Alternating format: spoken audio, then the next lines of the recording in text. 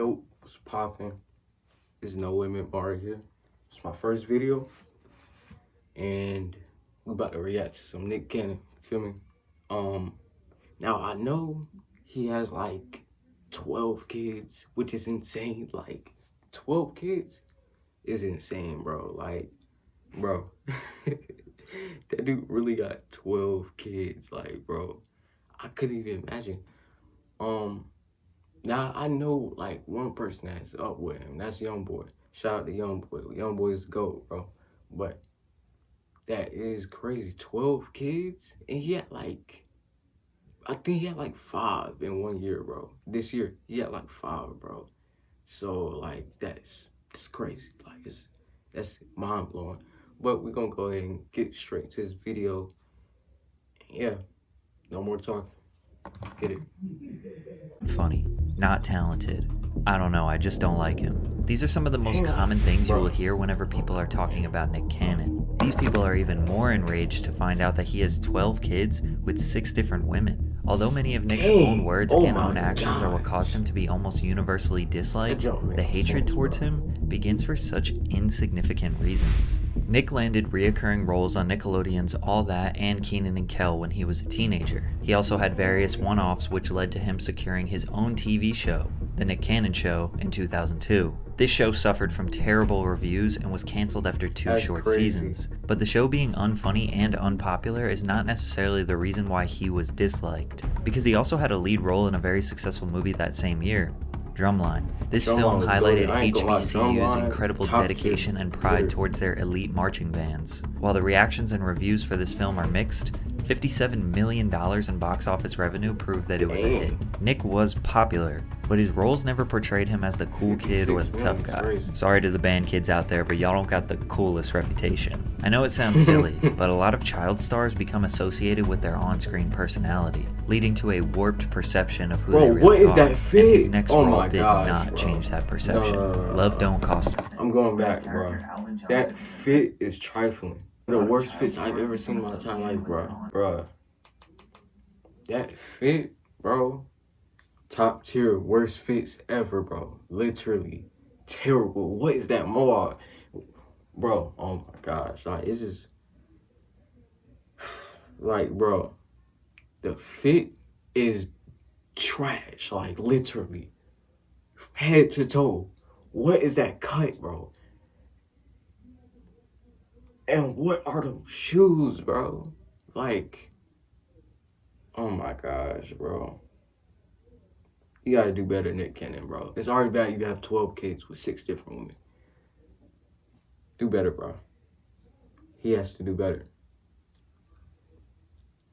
The thing, where his character Alvin Johnson is a nerd who lacks any type of game or swag and has to force himself to be cool to land the most popular girl in school. Probably need to roll your pants up just a little bit. Oh, see, these is Sean John. So I gotta get my swang on. Bro, what? Son, what has happened to your priorities? Oh, nah, see, it was all about what was under the hood. Now I'm trying to be on top of the hood. Corny. Nick played this role so well that people still to this day think that that's who he truly is. He was plagued with the child star curse, where he can't escape the image of his early roles, and people assumed he was some sort of privileged trust fund baby since he was on TV. But most people don't know that Nick Cannon escaped gang life in Southern California. Nick's father, James, was one of the original members of the Lincoln Park Bloods, based out of Southeast San Diego, California. James and his girlfriend, Beth, had Nick when they were still in high school, which led to Nick growing up in the Bay Vista housing projects around the Blood set. His father, James, got into some trouble, went to prison, came out reformed, and decided to move to North Carolina to live with his family and study ministry, leaving Nick to be raised by his grandmother and mother in the projects. James started a new family in North Carolina and had more children, but he didn't abandon Nick. James was a televangelist, which is a preacher that appears regularly on local TV, broadcasting their sermons. Whenever Nick was with his family in North Carolina, he was in front of the camera, singing, dancing. His father even gave him a segment on his public access TV show to do his stand-up comedy as an 8-year-old. He was raised to be an entertainer. When Nick was home in Cali, he took those skills up to local clubs and open mics, and built up a name in Hollywood as an up-and-coming teenage performer. But he got his big break while performing at an event called Laugh-A-Palooza in Atlanta, where he was discovered by Will Smith's talent agency. Terrible. Will was eager to meet Nick, and assisted him in getting an entertainment manager, as well as his first record deal with Jive Records. So Nice, he walked man. in the room Nice. and like within 5 minutes I had pitched him a TV show, my album, all of that stuff, and he was like, yo, you remind me so much of me.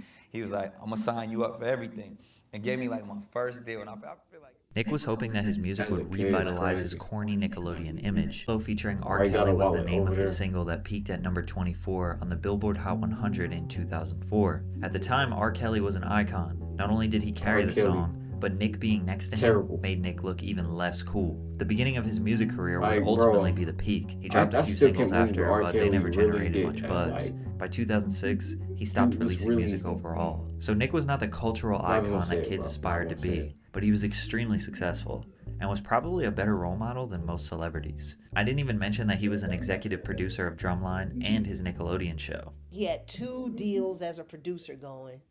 He had I remember a deal him, with bro. Jive Records I think that from ATL. he had pretty much like negotiated along with his team, but he was very much in charge of his business. Nick was in a boss-like position that no other child stars could get. His next big move would help him gain Bro, some cool points. what but he is was he often still wearing, a bro? bit of a joke. Wild dude and Out dressed is like a easily his freaking- most notable creation, Bro, which is like, hip-hop. come The on, show has been bro, running like- since 2005.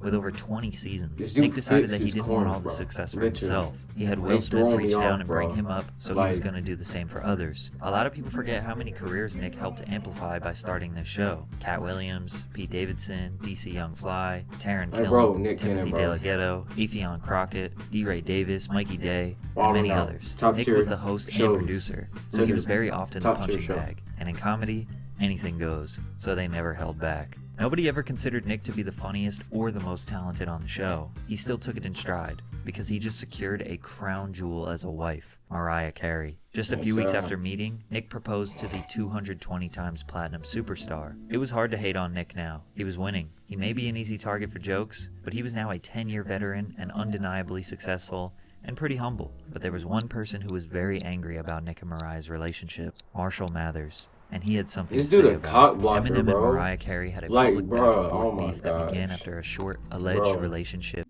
Like, I will never get into somebody's relationship. Eminem, you're an old head.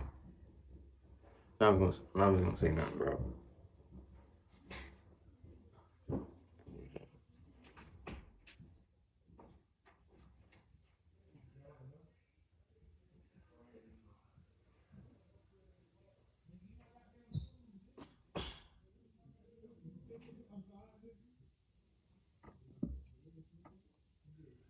What? No matter what, I will never get into somebody's relationship. Never. Bro, that's just some top tier hating stuff, bro. I ain't gonna lie. That's top tier hating. Like, bro, yo, it's crazy. It's really crazy.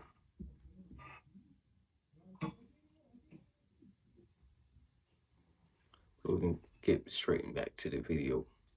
Yeah, feel me. That started around 2001. Eminem says that they dated, had sex, all that. Mariah Carey says otherwise. Did you date him? No. Can I just clarify that I did not have a physical relationship with him? I did not have an intimate relationship. The feud went on for years, mostly instigated by Eminem, but in 2009 he took it too far. The first verse on the track titled Oh, wow. Bagpipes from Baghdad Leave her was alone. entirely She's- about Mariah. Come on. Mariah, whatever happened to us? Why did we have to break up? Nick Cannon better back the fuck up. I'm not playing, I want her back, you punk. Then he proceeds to call her the C word. Bro, he and didn't said, do Nick, you had your nothing. fun, I've come to kick you in your Bro. sack of junk. He also says, I Didn't wish you do luck nothing, with bro. As you can imagine, Nick wasn't very happy with Eminem's words. His immediate response came from a lengthy blog post on his website. In this post, Nick kind of describes how his thought process was evolving as he listened to the song. He said he initially had respect for him, then he was confused because he heard his name. Then he says he felt sorry for Eminem. And he says, what type of grown-ass man lies about getting with a chick? Only Slim Lamey, LOL. Then I asked myself, should I go find this Bro. bitch? Yo, you cannot be for real. Are you serious? Slim Laney, tighten up. Seriously, it's bro. Nick Cannon, bro. I don't know. He just had it. He just had a bad career start, bro. That's all it was, bro. Still is, bro. But nothing but respect to Nick Cannon and Eminem. You feel me? All respect to them. But Slim Laney, are you serious? Slim Laney. Slim Laney. Do you know how corny you sound? You sound corny, okay? Tighten up. Seriously, tighten up, bro. You're a grown man. Come on, man. And whoop his little ass. And then he says, I'm taking full action on you, Eminem. I don't know why no one has stood up to your chest yet, but I guess it's going to take a corny, whack-rapping boy toy from Nickelodeon to set you straight. As a matter of fact, I think you're going to bring my whack rhymes out of retirement. Your legacy has now been tainted from this day forth. You will now be known as the rapper who lost to corny-ass Nick Cannon. Nick couldn't have responded in a more, well, corny way. He admits to being corny. He knows that's what people think about him. And I think him admitting it solidified it forever. Maybe mad corny. I would never that problem rapping with Nick Cannon. Fist. I would never respond to Nick Cannon. Never. Listen up. Now look. The camera's on, right? He's legendary corny. He's been corny forever. Nick even claims that he went looking for Eminem. Bro, he's corny, bro. Like, who else was gonna kick his ass? Slim Laney, I bro. went looking for that motherfucker. We'd had this conversation. Unsurprisingly, Nick never actually Slim did anything. Laney, It was like, actually Mariah who handled the situation by dropping an absolute smash diss track called Obsessed. The reason why Mariah's diss was so cutthroat was because it was catchy, fun, and petty. Eminem turned on the radio and heard the girl that rejected him, but he couldn't help but get the chorus stuck in his head. Then when he watched the music video, he saw himself being depicted as a creepy stalker. Eminem quickly responded with a diss called The Warning, where he held back nothing. The lyrics in this song are so brutal that if you said them today about a woman, you'd lose everything you have. Regardless, Eminem fans think that Eminem won, Mariah fans think that she won, and both fan bases agreed that Nick Cannon lost. He didn't beat up Eminem, he didn't make him apologize. He swore up and down that he tried everything to get face to face with him, but he actually made it worse. This guy's good, bro. He's going. He's like freestyle. Someone should sign this guy. This was Nick's attempt at promoting his new record called White People Party Music. Nick posted this photo on Instagram. It's official. I'm white. Hashtag white people. Bro. Bro, what? White people party rock music, bro? Oh my gosh, bro. This is actually bad, bro. Bro, this is terrible. Like, bro. Nick Cannon. Come on, tighten up, man. The freak are you doing, man? Party music. In stores April 1st. Dude, go get it. Join the party. Hashtag good credit. Dog kissing. Beer pong. Farmers markets. Fist pumping. Bro, good credit.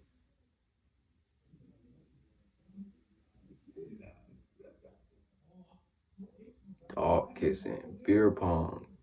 Farmers market. Fist pumping. Cream cheese eating. Racial draft. Bro, I got drafted. Bro. Stupid Nick Cannon, bro. Nick Cannon. It's official, I'm white. What? Bro. I don't know if I want to watch this video anymore, bro. Bro. Like, bro. I'm white. What? This is a double standard, because if a white person did this, it would get them canceled forever. But many other people pointed out that whiteface isn't actually a thing. Blackface is offensive because in the entertainment industry, white people used to paint themselves black and act in a very discriminatory and derogatory manner for other white people's shameful entertainment. There is no history of whiteface, and most white people were gonna say too much, you feel me? Because I'm probably gonna get packed up. Another black brother is gonna get packed up. But I'm not gonna say too much. But that's racist. Using the black face is racist, bro. But white face, I mean, it was kind of racist. But if you think about it,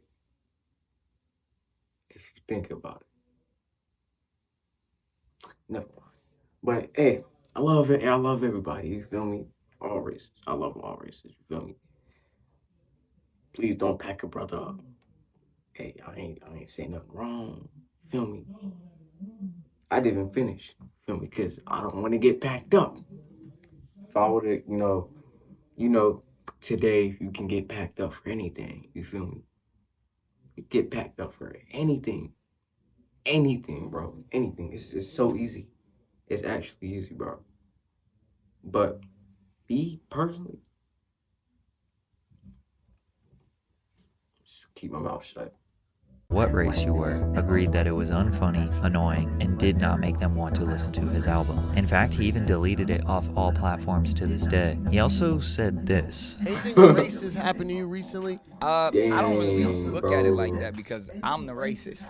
You're the racist. I'm very racist. I'm blatantly racist. Example. I've never heard someone so proud of it before. I am proud to be racist. Okay. I mean, because when you think about what said this.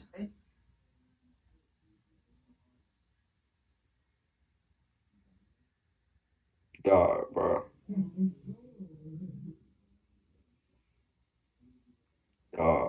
I have no words, bro.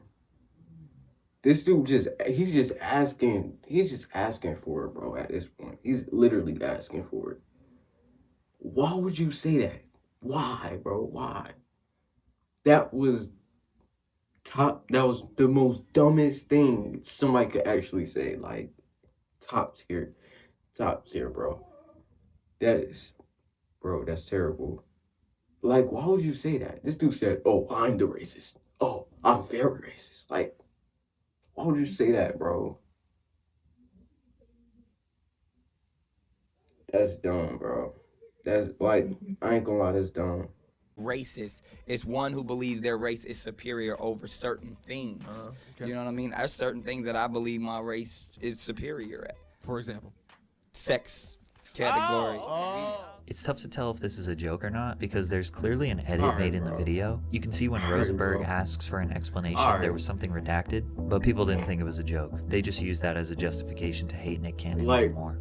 Nick and Mariah got divorced in 2016. There was no drama, bad blood, or a messy story. A clean break. Just 3 months after they divorced, he already had another child named Golden Saigon with Brittany Bell. For the next 3 years, Eminem was living rent-free in Nick's head, despite the fact that Nick was making huge money moves. Wild 'N Out was over a decade old and still successful. He had become the chairman of Nickelodeon and helped them revive their Teen Nick brand. He was the host of America's Got Talent, had a deal with Viacom that allowed him to produce any show he wanted on VH1, MTV, and Nickelodeon.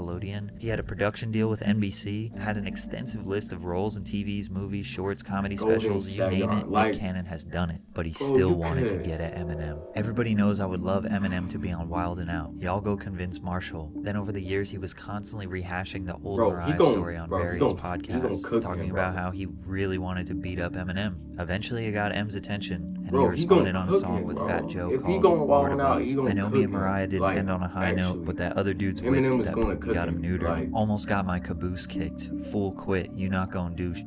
I let her chop my ball off too before I lost to you, Nick. Then Nick responded with not one, not two, but 3 diss tracks of his own. Lame. I remember those.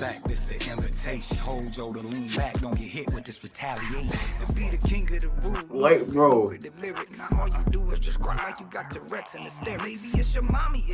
This dude's buns, bro. Like, I'm about to click on this Nick video. Cannon trying to act tough on a record just doesn't really work for him. He said the only reason he dissed Eminem was for the sport of hip-hop and ultimately to get him on his show Wild 'N Out. He thought he was about to ignite a back-and-forth rap beef, but Eminem never responded. Well, he did tweet that he demanded an apology from Nicholas. Of course, Nick didn't apologize to Eminem, but he did apologize to a different group of people for some comments he made on a podcast a few months later. Nick posted a Cannon's Class podcast episode with Professor Griff. Griff was an ex-member of the rap group Public Enemy who got kicked out of the group in the 80s for making anti-Semitic comments. The main comments that got him fired were, and we're defining who the Jewish people are, because I feel like if we actually can understand that construct, then we can see that there is no hate involved. When we talk about the lies, the deceit, how the fake dollar controls all of this. Nick then goes on a long tangent about how non-melanated people lack the power of the sun, and out of jealousy they decided to become soulless savages who destroy people of color. And he discussed how he feels about the powerful people who control this country and was accused of spreading conspiracy theories. Viacom released a statement: "While we support ongoing education and dialogue in the fight against bigotry, we are deeply troubled that Nick has failed to acknowledge or apologize for perpetuating anti-Semitism, and we are terminating our relationship with him." Nick then took to Facebook to write a 1,500-word essay about his relationship with Viacom, an apology to the Jewish community, and ending with a statement that Viacom is on the wrong side of history and that he demands full ownership of the Wild 'N Out brand and an apology. But they didn't budge, and the way this situation ended was by Nick doing a full-on apology press tour, where he went on various major media platforms condemning anti-Semitism, redacting his comments, and educating himself by having conversations with Jewish people on how to not further the anti-Semitic rhetoric. He got his deal back with Viacom, and in celebration decided to have 10 more children in the span of 3 years. December 23rd, 2020, his child Powerful Queen was born to mother Brittany Bell. 6 months later, his children Zion Mixolydian and Zillion Air were born to mother Abby De La Rosa. Then just 2 weeks after that, he had another child named Zen, born to mother Alyssa Scott, who unfortunately died of brain cancer just 6 months later. In June of 2022, 1 year later, he had his child Legendary Love with mother Bree Tiesi. Then September 14th of this year, he had child Onyx Cole with mother Lanisha Cole, and 2 weeks after that, he had another child, Rise Messiah, with mother Brittany Bell. It's also been announced that he's expecting another child with Abby De La Rosa and another child with Alyssa Scott. So Nick is basically getting 3 different women. This dude went from... This dude...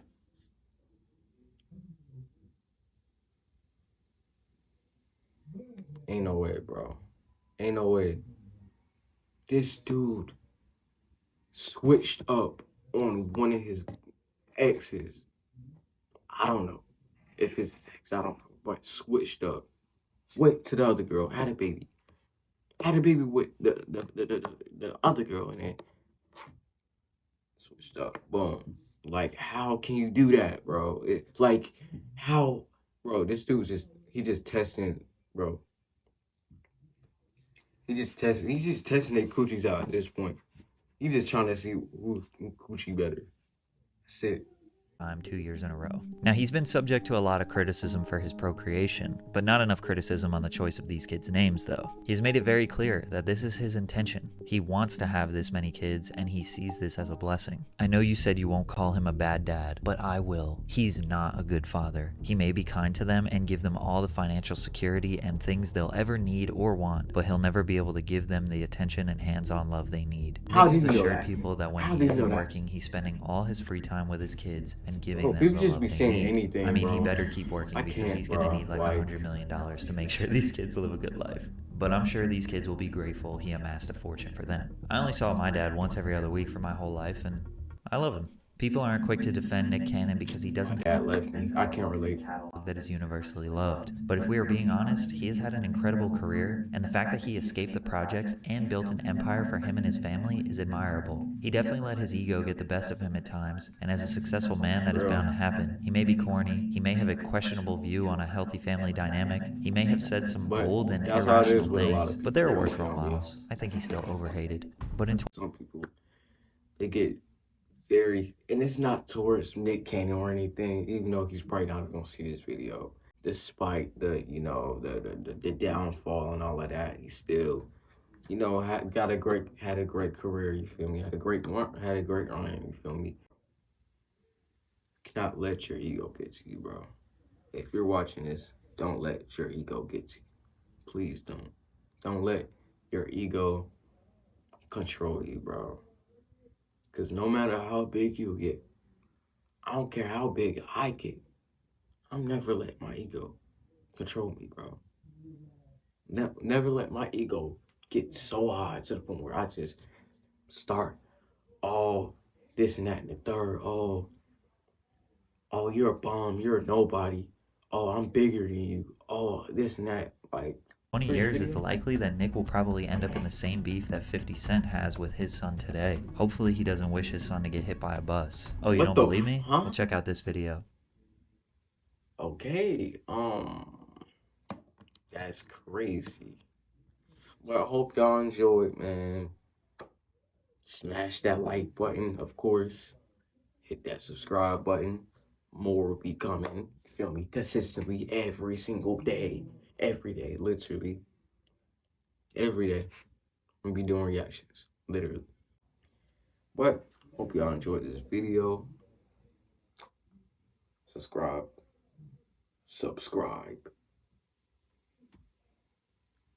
Yeah. Your boy Mari's out.